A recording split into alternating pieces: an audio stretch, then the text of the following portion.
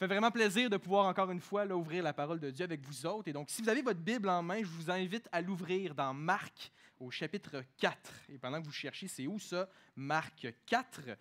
Juste pour nous mettre en contexte, là, dans ce chapitre-là, Jésus fait une série de paraboles dans lesquelles il est en train d'expliquer là, à quoi ressemble là, le royaume de Dieu.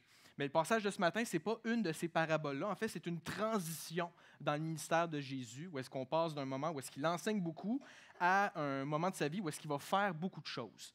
Donc, on est dans Marc au chapitre 4 et on va lire la fin de Marc 4, c'est-à-dire les versets 35 à 41. Donc, je suis dans Marc au chapitre 4. Je vais commencer la lecture à partir du verset 35. Ce même jour, sur le soir, Jésus dit à ses disciples, « Passons sur l'autre bord. » Après avoir renvoyé la foule, ils l'emmenèrent dans la barque où il se trouvait. Il y avait aussi d'autres barques avec lui. Il s'éleva un grand tourbillon, et les flots se jetaient dans la barque au point qu'elle se remplissait déjà. Et lui, il dormait à la poupe sur le coussin. Ils le réveillèrent et lui dirent, « Maître, ne t'inquiètes-tu pas de ce que nous périssons? » S'étant réveillé, il menaça le vent et dit à la mer, « Silence! Tais-toi! » Et le vent cessa. Il y eut un grand calme. Puis il leur dit, « Pourquoi avez-vous si peur? Comment n'avez-vous point de foi? » Ils furent saisis d'une grande frayeur. Ils se dirent les uns aux autres, « Quel est donc celui-ci à qui obéissent même le vent et la mer? » Prions. Ô Dieu éternel, ta parole est puissante. C'est pourquoi, semaine après semaine, on veut se réunir ensemble pour célébrer ta gloire, pour écouter ce que tu as à nous dire à travers ta parole. Notre prière ce matin, c'est que tu puisses parler à nos cœurs avec autorité pour qu'on puisse de plus en plus ressembler à ton Fils, notre glorieux Sauveur et Seigneur. On te le demande en son nom. Amen. Juste pour nous mettre dans le contexte de l'histoire de ce matin, on est sur le bord de la mer de Galilée. C'est un des premiers endroits là, où est-ce que Jésus a traîné pas mal là, avec ses disciples. Et rendu dans Marc au chapitre 4, Jésus il est quand même assez populaire dans la région. De plus en plus de personnes là, s'approchent de lui et veulent savoir qui il est. Puis les gens s'approchent de lui, puis ils n'ont pas Internet là, comme nous autres, là, donc ils n'ont pas le choix de venir physiquement sur place là, pour aller voir là, qui est ce bonhomme-là qui s'appelle Jésus.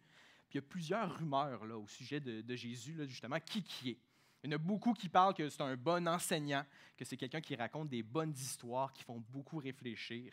Il y a des rumeurs comme quoi là, qu'il fait des miracles, il fait des choses là, extraordinaires. Et donc les gens s'approchent de lui justement pour voir, va-tu en faire un miracle? Est-ce qu'il va nous donner un grand enseignement? Puis là, il y a comme une rumeur qui court là, parmi le peuple d'Israël, comme quoi que le Messie promis dans l'Ancien Testament serait là. Et donc les gens s'approchent de Jésus puis ils se posent la question, c'est qui ce bonhomme-là? Ça, c'est quand même drôle quand on lit l'Évangile de Marc.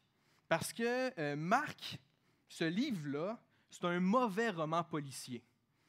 Un roman policier, on est en train de chercher, là, on a tous les indices au fur et à mesure pour savoir là, la résolution de l'intrigue. Marc, non, lui, dès la première phrase de son Évangile, il vole le punch. Si on recule de quelques pages, on s'en va dans Marc, au chapitre 1, verset 1. Voici comment l'évangéliste commence son livre.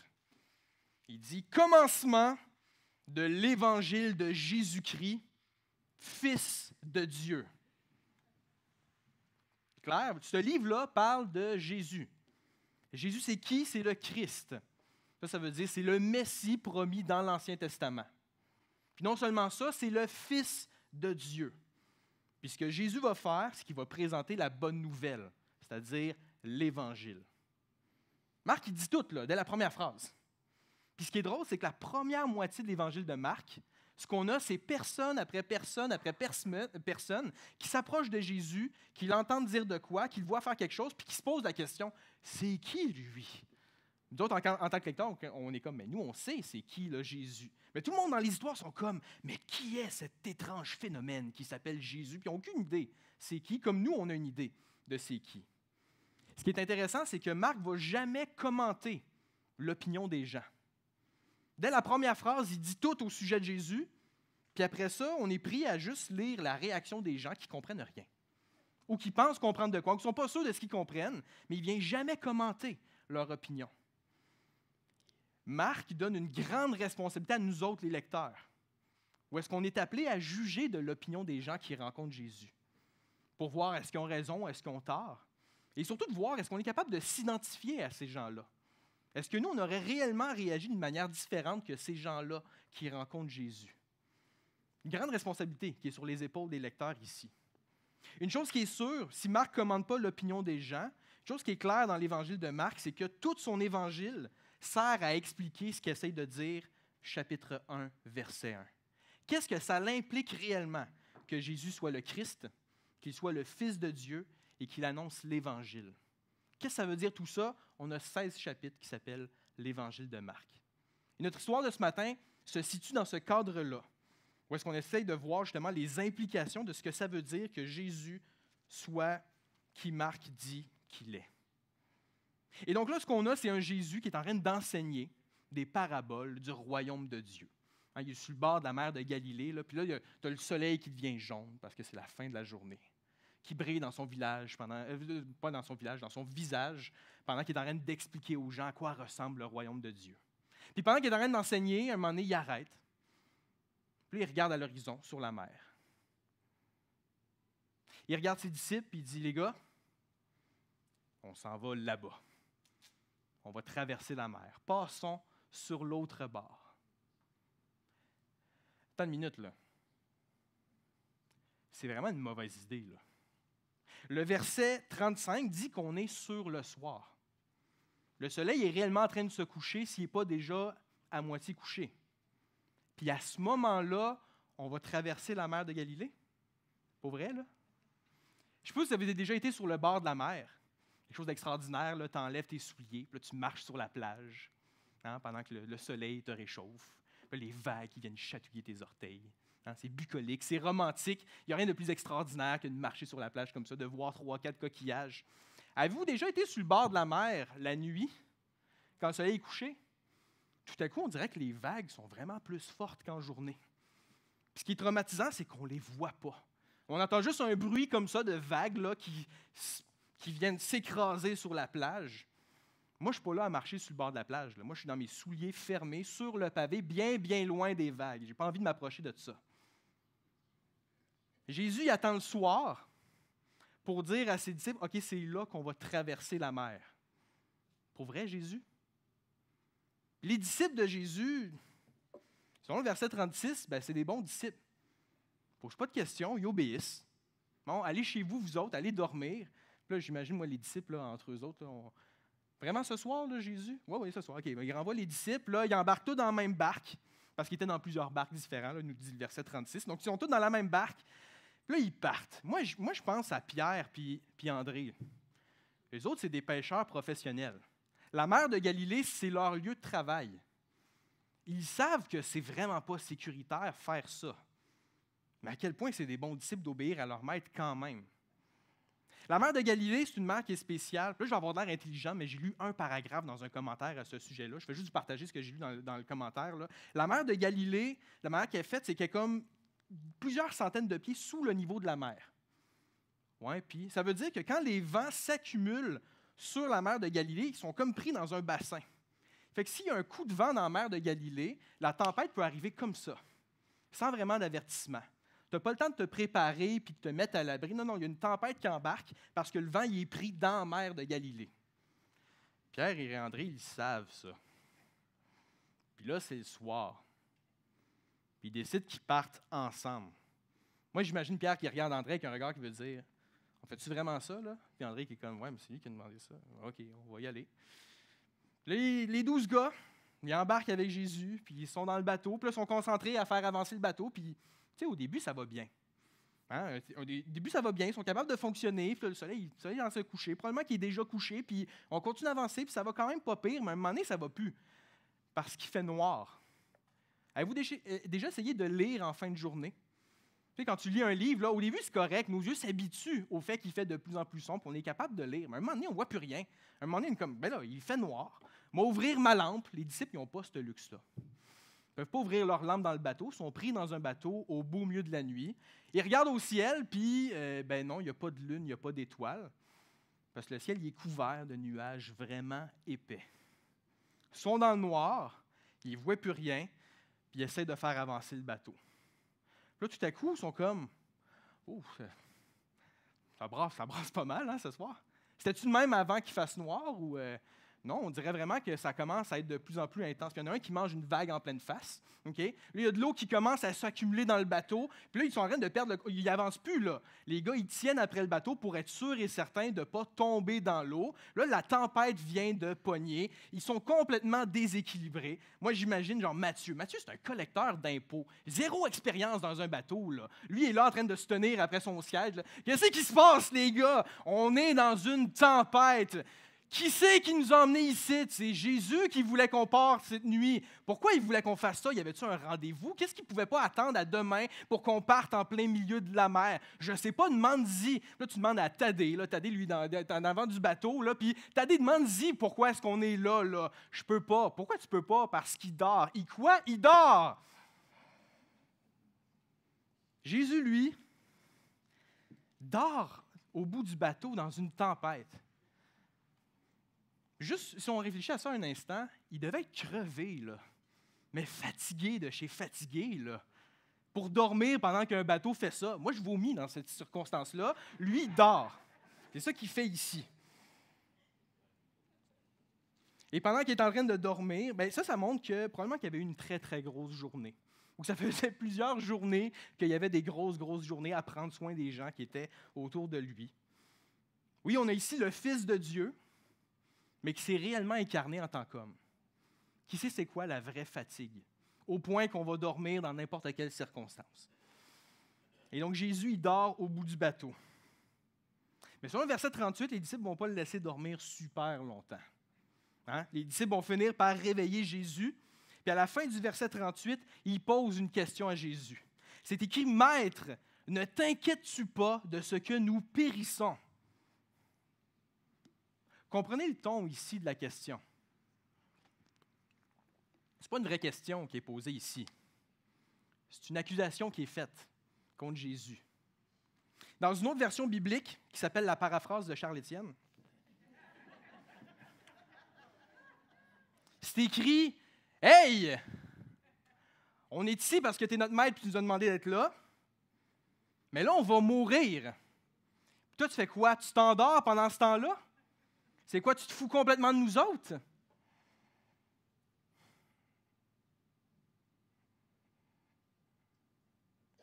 Êtes-vous capable de vous identifier?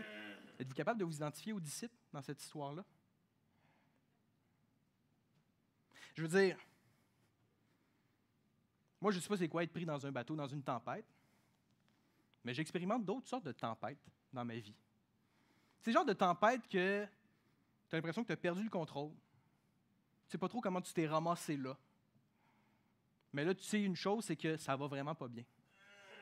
Puis tu ne sais pas quoi faire pour sortir de là. Nos tempêtes, là, entre guillemets, peuvent prendre vraiment beaucoup de formes différentes.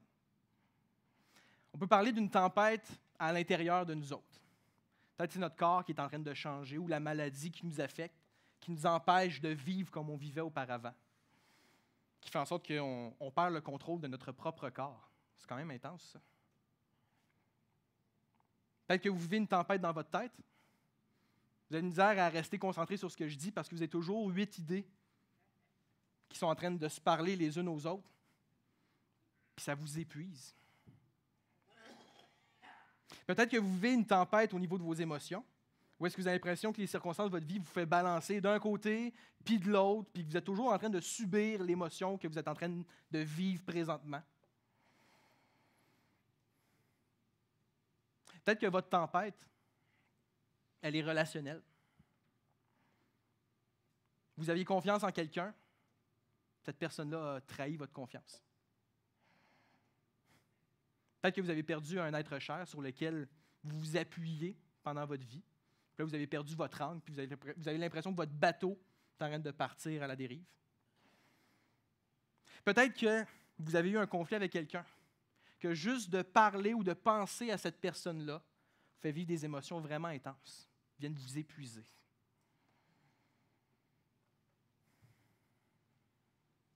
Des fois, on vit des tempêtes. Avec notre emploi du temps, les journées sont toujours trop courtes. Il y a toujours trop de choses à faire. C'est toujours une nouvelle urgence par-dessus les autres urgences que l'on n'est pas capable de gérer. Peut-être que vous êtes rendu au point où est-ce que vous devez vous désengager de choses pour lesquelles vous avez donné votre parole. Perdez le contrôle de votre emploi du temps. Peu importe à quoi ressemble votre tempête présentement.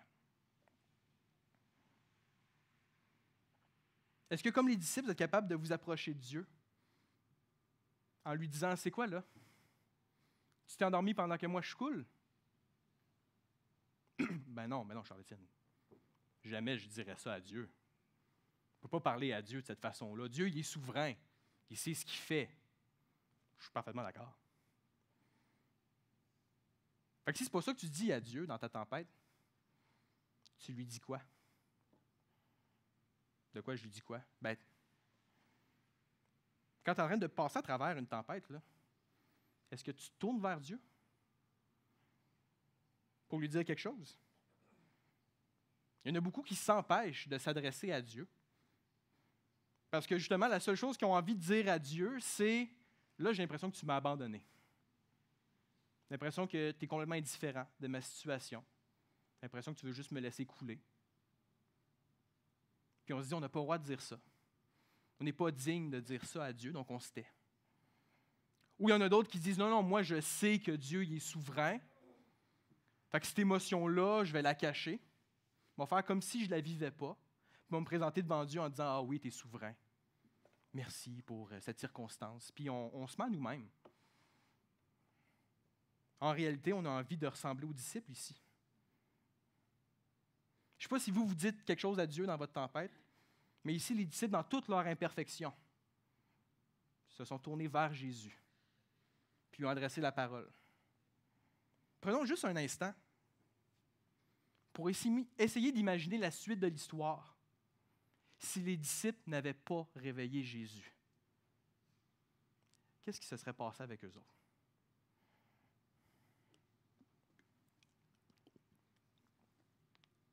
La réponse, c'est qu'on ne le sait pas.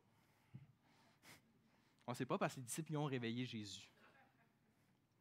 Et donc, pendant que le bateau est en train de se faire aller par les vagues à gauche, à droite, on a Jésus qui se réveille.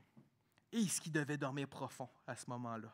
Il se fait réveiller, il est dans une tempête, lui, il est au bout du bateau, il se pogne après le bout du bateau, là, il se lève debout. Puis alors qu'il essaye de garder l'équilibre dans le bateau, parce qu'il est déséquilibré là, comme n'importe quel des disciples dans ce bateau-ci, il regarde la mer, il regarde l'horizon. Et alors qu'il regarde ce qui se passe, la tempête qui est en train de faire, qui est sur le bord de faire chavirer le bateau, au verset 39, ça dit que face à cette tempête-là qu'il y a devant lui, il a ouvert la bouche. Il a regardé la tempête droit dans les yeux. Puis il lui a dit « Silence! Tais-toi! »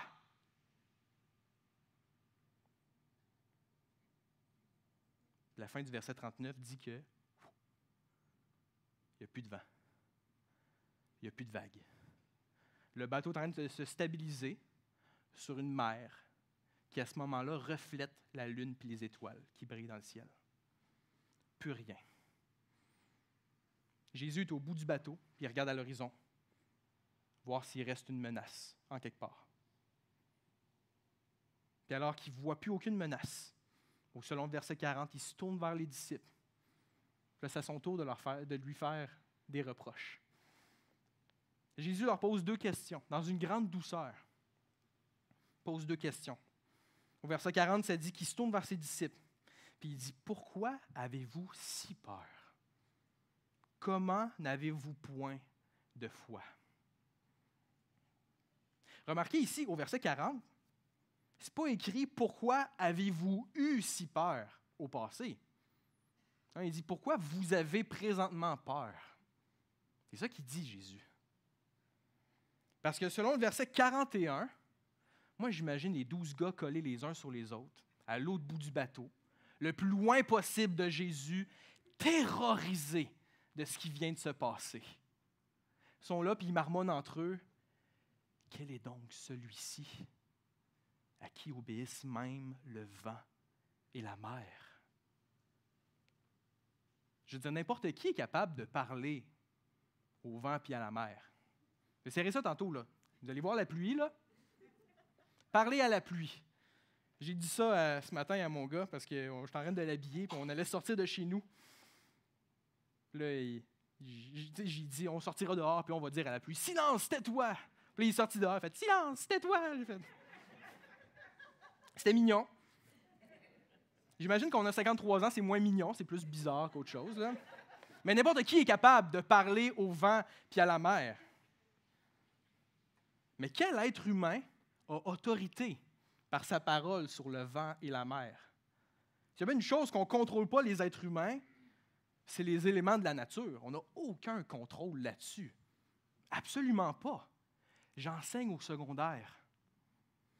Quand il y a 30 adolescents qui, d'un commun accord, n'ont pas envie de faire l'activité que je leur propose, on parle de des êtres humains qui ont des oreilles pour entendre, qui comprennent les paroles de ma bouche, qui savent ce que je leur demande veut dire. Puis si j'ose regarder ma classe en disant « Silence! Taisez-vous! » ça ne fonctionne pas. Ça ne fonctionne pas. Puis eux autres, ils entendent. Eux autres, ils savent obéir. Qui peut parler au vent, puis aux vagues, puis qu'en un instant, il y a de l'obéissance parfaite? Les disciples, dans leur bout de bateau, eux autres, ils réalisent, hey, nous, on pensait que la tempête avait droit de vie ou de mort sur nous autres. Mais non. Lui, à l'autre bout du bateau, il a encore plus de puissance que la tempête. C'est lui qui a droit de vie ou de mort sur nous autres. Puis là, on est poigné avec dans le bateau. Beau milieu de la mer, on ne peut pas fuir. On est pris dans le bateau avec un être d'une puissance incomparable. Ces Juifs-là qui connaissent leur Ancien Testament mieux que nous autres, je suis convaincu qu'ils s'en vont dans Genèse chapitre 1. Où est-ce que Dieu, juste par le son de sa parole, a séparé le jour et la nuit, a séparé la terre de la mer. Celui qui a un contrôle absolu sur toute la création. Le vent et la mer, souvent, vont ressembler à des forces chaotiques sur lesquelles on n'a aucun contrôle. Mais ça a l'air que lui, dans ce bateau-là, il a le contrôle sur cette tempête-là. C'est rien pour lui. Et donc là, lorsqu'on se met à réfléchir à nous autres, on peut se poser la question, pourquoi Jésus ne vient pas faire taire la tempête que je traverse présentement? Parce que si Jésus a le contrôle sur le vent et la mer, il est clairement plus puissant que peu importe la tempête qu'on traverse dans notre vie présentement. C'est sûr et certain. Puis à ce moment-là, dans Marc 4, à la fin de Marc chapitre 4, Jésus a choisi de faire taire la tempête. Pourquoi il ne fait pas ça dans notre tempête à nous autres? Pourquoi est-ce qu'il ne fait pas juste dire un mot, puis il met fin à cette situation-là qui est profondément dérangeante? On pourrait même aller plus large. Si Jésus a réellement autorité sur la tempête et qu'il a réellement autorité sur toute chose, pourquoi est-ce qu'il y a autant de tempêtes, de chaos et de mal dans ce monde-ci? Pourquoi est-ce qu'il ne fait pas taire tout en un seul instant? Il faut faire attention aux questions qu'on pose, par exemple. Il faut vraiment faire attention. J'ai écouté une émission pour enfants. C'est 2 sœurs qui jouent avec leur père. Là, ils décident qu'ils vont jouer ensemble à Papa Robot. C'est quoi ça, Papa Robot? Bien, leur père fait semblant d'être un robot qui va obéir à tous les ordres là, de ces 2 petites filles-là. Et donc là, ils s'en vont les trois ensemble dans la salle de jeu. Puis là, c'est le désordre le complet dans la salle de jeu. Il y a des jouets partout. Les filles, ils ne sont pas capables de marcher dans cette salle-là. Ils vont dire, Papa Robot, ramasse la salle de jeu. Puis là, le Papa Robot se met à prendre les jouets puis à les mettre dans des bacs. Les deux petites filles s'installent sur leur petit divan pour enfants. Ils sont comme, c'est-tu extraordinaire quand même? Vraiment hâte que Papa Robot ramasse pour nous autres. En fait, ça serait vraiment extraordinaire qu'on n'ait jamais à ramasser la salle de jeu. À ce moment-là, Papa Robot arrête, fait des calculs de robot, s'en va vers les filles, prend le divan et les sort de la pièce. Là, les filles sont comme « Papa Robot, qu'est-ce que tu fais? »« Je vais vous jeter à la poubelle. »« Comment ça, tu vas nous jeter à la poubelle? » Parce que si vous n'êtes plus là, il n'y aura plus jamais de désordre dans la salle de jeu. Quel père extraordinaire.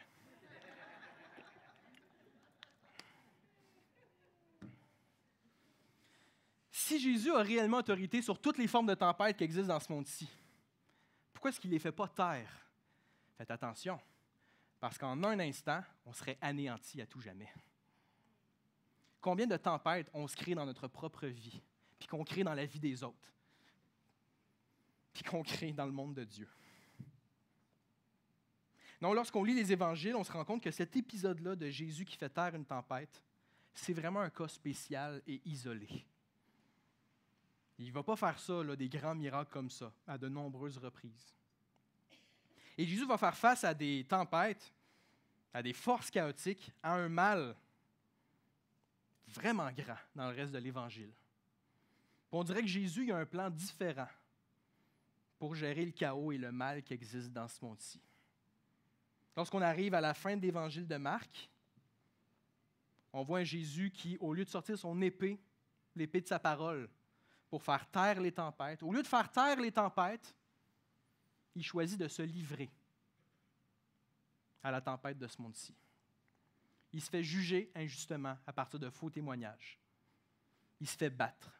Il se fait clouer sur une croix. Puis une fois qu'il est accroché là, mourant, avec la difficulté à respirer, les gens qui sont au pied de la croix lui disent « Si tu es vraiment le Fils de Dieu, tu serais capable de te détacher de la croix. » Puis il se moque de lui à ce moment-là. Les gens regardent la phrase de Marc 1, verset 1, puis ils disent non, clairement, ce gars-là, il n'est pas le Fils de Dieu parce qu'il se débarrasserait de cette circonstance-là. Puis c'est vrai que Jésus, à n'importe quand, il aurait pu, même attaché sur la croix, dire silence, plus personne. Il aurait pu. Non. Quand il a ouvert la bouche, il s'est tourné vers Dieu le Père, puis il a dit Père, pardonne-leur, parce qu'ils ne savent pas ce qu'ils font. Et Jésus, il est mort. Puis c'est lui qui s'est donné lui-même à la mort. La mort l'a avalé. Il s'est laissé livrer à la tempête. Jésus, au lieu de faire taire la tempête, il a choisi de la vaincre de l'intérieur. Il s'est fait avaler par la mort, puis il a vaincu la mort. 3 jours plus tard, il est ressuscité. Puis il n'y a plus aucune force du mal, aucune force chaotique, aucune tempête qui, à ce moment-là, peut dire avoir quelconque pouvoir sur qui est réellement Jésus.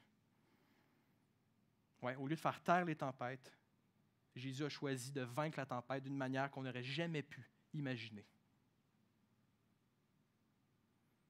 Alors, si on vient à notre question, pourquoi Jésus ne fait pas taire la tempête que je traverse présentement? Si Jésus a le pouvoir sur le vent et la mer, il a certainement autorité sur peu importe ce que je vis présentement. Pourquoi est-ce qu'il ne fait pas taire la tempête de ma vie présentement? Réalisez que dans cette histoire-là, Jésus n'a pas envoyé ses disciples dans la tempête. Jésus a été avec les disciples dans la tempête. Il a promis au gars qu'il allait passer de l'autre bord. Je ne sais pas c'est quoi la tempête que vous traversez présentement, peu importe sa forme. Mais si vous avez placé votre foi en cet homme-là qui s'est laissé avaler par la mort pour vaincre la mort, si vous avez confiance en lui, quand je regarde cette histoire-là, je me dis probablement que Jésus a un plan pour vous autres. Il veut vous rappeler qu'il est avec vous dans cette tempête-là. Puis peu importe ce qui va se passer à travers la tempête, Il veut que vous soyez capable de répondre d'une manière différente, d'une manière renouvelée à la question suivante. Qui est réellement celui que j'adore? Jésus voulait se révéler à ses disciples. Jésus veut encore se révéler à ses disciples. Il veut venir transformer notre intelligence. Il veut qu'on puisse le regarder avec un œil nouveau. Alors, si vous traversez une tempête présentement, gardez courage. Ne perdez pas espoir. Sachez que tôt ou tard, si vous avez placé votre foi en Jésus, la tempête va arrêter. Il n'y en aura plus de tempête. Ça, je vois ça dans le dernier livre de la Bible. L'avant-dernier chapitre de la Bible, c'est Apocalypse, chapitre 21. À ce moment-là, on a Jésus, le roi de l'univers, qui vient établir son règne de manière visible et claire sur la nouvelle création.